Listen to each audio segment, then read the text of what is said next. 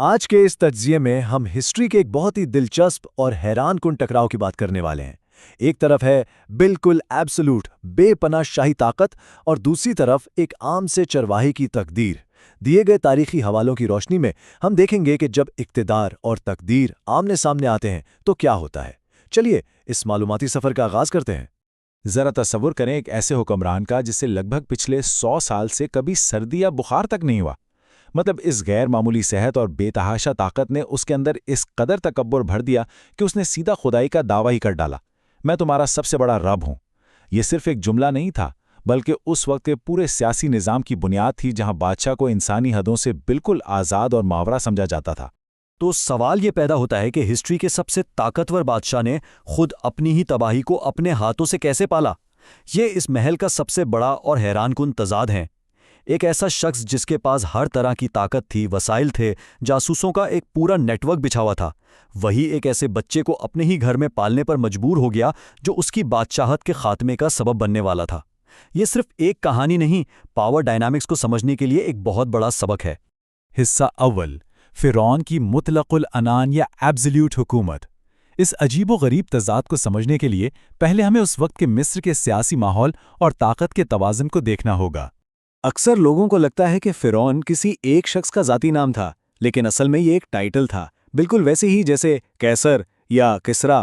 تاریخی حوالے بتاتے ہیں کہ مصر میں تقریباً 18 یا 19 ایسے حکمران گزرے ہیں، اور جس خاص فرعون کی ہم بات کر رہے ہیں نا، اس کی سب سے بڑی پہچان اس کا شدید غرور اور خود کو ناقابل تسخیر سمجھنا تھا۔ یہ ایبسولوٹ پاور اسے ہر قانون اور احتساب سے اوپر رکھتی تھی۔ لیکن پھر ایک رات سب کچھ بدل گیا۔ بادشاہ نے ایک بہت ہی خوفناک خواب دیکھا۔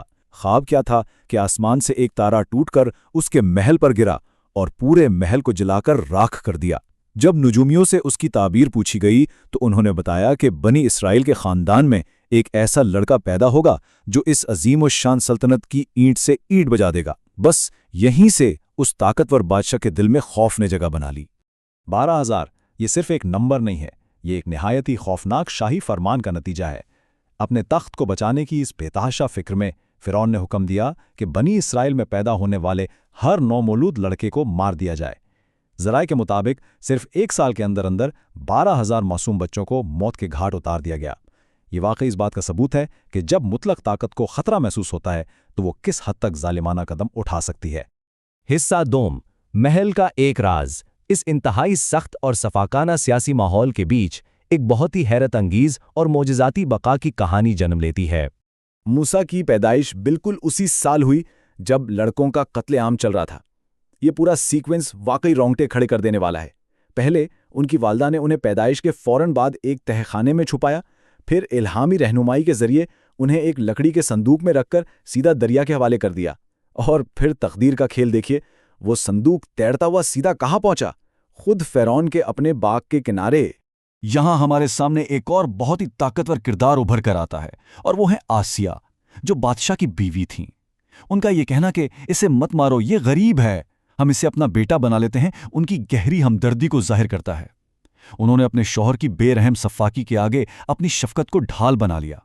ذرا اس فرق کو سمجھیے، ایک طرف وہ شخص ہے جو ہزاروں کا قاتل ہے، اور دوسری طرف اس کی اپنی بیوی جو ایک انجان بچے کی جان بخشی کی درخواست کر رہی ہے۔ یا جو سب سے زیادہ حیران کن اور عجیب تنزیہ صورتحال ہے نا، وہ یہ ہے کہ ایک طرف تو شاہی فرمان جاری ہے جس کے تحت بچوں کا بے دردی سے قتل عام ہو رہا ہے، اور دوسری طرف اس محل کی حقیقت کیا ہے؟ فرعون اپنے ہی شاہی خزانے سے خود موسیٰ کی سگی ماں کو اس بچے کو دودھ پلانے کی اجرت یعنی پیمنٹ دے رہا ہے۔ مطلب فرعون جو ہر چیز کو اپنے کنٹرول میں سمجھتا تھا، دراصل بالکل انجانے میں اپنے ہی زوال کی فنانسنگ اور حفاظت کر رہا تھا۔ ایک اور بڑا ہی دلچسپ اور سنگین واقعہ اس وقت پیش آیا جب 2 سال کے ننھے موسیٰ نے کھیل کھیل میں فرعون کے چہرے پر تھپڑ مار دیا۔ بادشاہ کا ماتھا فوراً ٹھنکا کہ کہیں یہی وہ بچہ تو نہیں جس کا مجھے ڈر تھا۔ اس کا امتحان لینے کے لیے سامنے دہکتے ہوئے کوئلے اور کچھ سفید پھول رکھے گئے۔ حوالے بتاتے ہیں کہ معجزاتی طور پر موسیٰ کا ہاتھ کوئلے کی طرف چلا گیا۔ ان کی زبان تو جل گئی، لیکن بادشاہ کو پوری طرح اطمینان ہو گیا کہ اس بچے میں ابھی اتنی سمجھ بوجھ نہیں ہے۔ حصہ سوم، ورثہ، تنازع اور جلاوطنی۔ وقت گزرتا گیا، موسیٰ جوان ہوئے، اور اب وقت تھا کہ ان کا سامنا اپنی اصل شناخت سے ہو۔ تو سوچئے کیا ہوتا ہے جب ایک شاہی شہزادے کو اچانک پتہ چلے کہ اس کا اپنا تعلق تو انہی لوگوں سے ہے جن پر دن رات ظلم ڈھایا جا رہا ہے؟ موسیٰ کی اس شدید اندرونی کشمکش کا اندازہ لگانا مشکل نہیں۔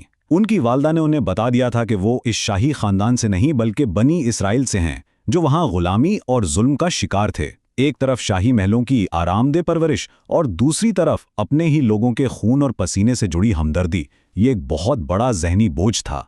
یہ کشمکش بہت جلد ایک بڑے بحران میں تبدیل ہو گئی۔ پہلے دن ایک جھگڑا سلجھانے کی کوشش میں موسیٰ کے ہاتھوں غلطی سے ایک مصری شخص مارا گیا۔ اگلے ہی دن حالات نے ایسی کروٹ لی کہ جس اسرائیلی کی انہوں نے مدد کی تھی اسی نے یہ راز فاش کر دیا۔ حالات اس قدر تیزی سے خراب ہوئے کہ اپنی جان بچانے کے لیے موسیٰ کو اپنے وہ تمام شاہی عیش و آرام چھوڑ کر انتہائی ڈر و خوف کے عالم میں مصر سے راتوں رات فرار ہونا پڑا۔ یہاں تاریخی حوالے ہمیں ایک اور انتہائی دردناک حقیقت سے بھی آگاہ کرتے ہیں۔ جب آسیہ، جنہوں نے موسیٰ کو پار پوس کر بڑا کیا تھا، انہوں نے بالآخر موسیٰ کے خدا پر ایمان لانے کا اعلان کیا تو انہیں اس کی بہت بھاری قیمت چکانی پڑی۔ فرعون کی ظالمانہ فطرت اس حد تک پہنچی کہ اس نے اپنی ہی بیوی پر شدید ترین اور بےایمانہ تشدد کیا۔ یہ غیر جانبدارانہ تاریخی واقعہ اس بات کا ثبوت ہے کہ ایبسلوٹ پاور یعنی مطلق طاقت اختلاف رائے کو کچلنے کے لیے کسی بھی انتہا تک جا سکتی ہے۔ حصہ چہارم، موسیٰ کے معجزات۔ مصر سے فرار ہونے کے بعد کہانی اب مدین کی طرف مڑتی ہے، جہاں جلاوطنی کے اس دور نے ان کی مکمل روحانی اور عملی تربیت کی۔ اب یہاں غور کرنے والی بات یہ ہے کہ موسیٰ نے اپنا وہ پورا شاہی ماضی بالکل پیچھے چھوڑ دیا۔ مدین پہنچ کر انہوں نے اجنبیوں کے لیے پانی نکالا، جو ان کی فطری ہمدردی تھی۔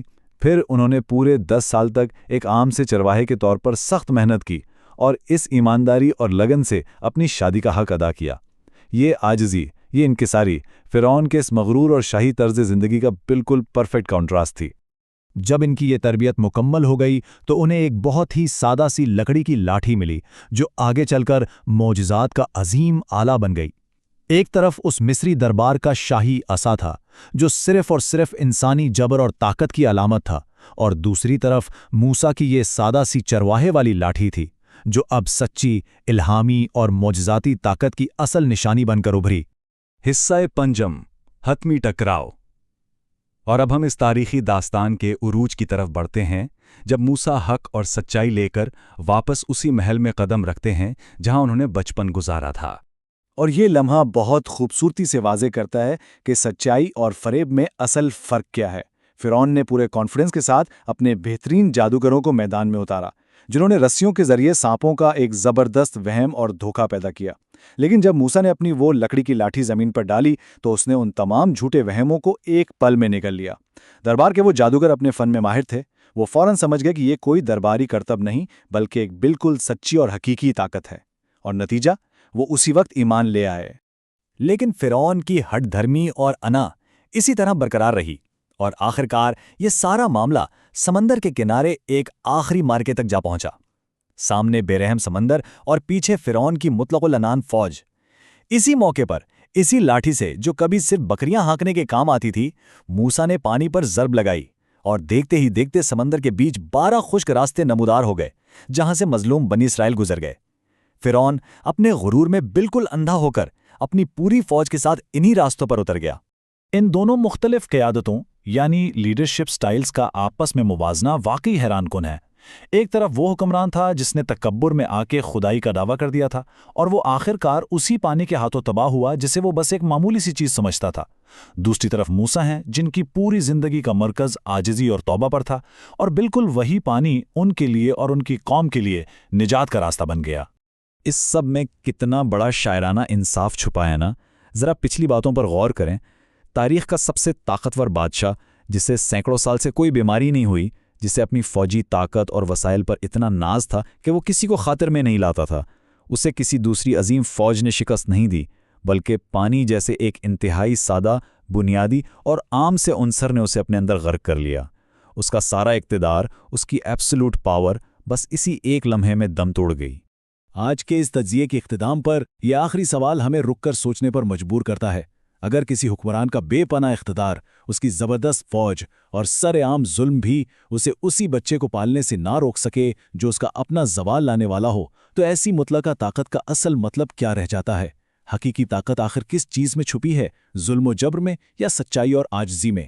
یہ بالکل وہی سوال ہے جو وقت کے صفحے سے آج بھی ہمیں ایک زندہ اور گہرا سبق دیتا ہے۔ آج کے اس معلوماتی سفر میں ہمارے ساتھ شامل رہنے کا بہت شکریہ۔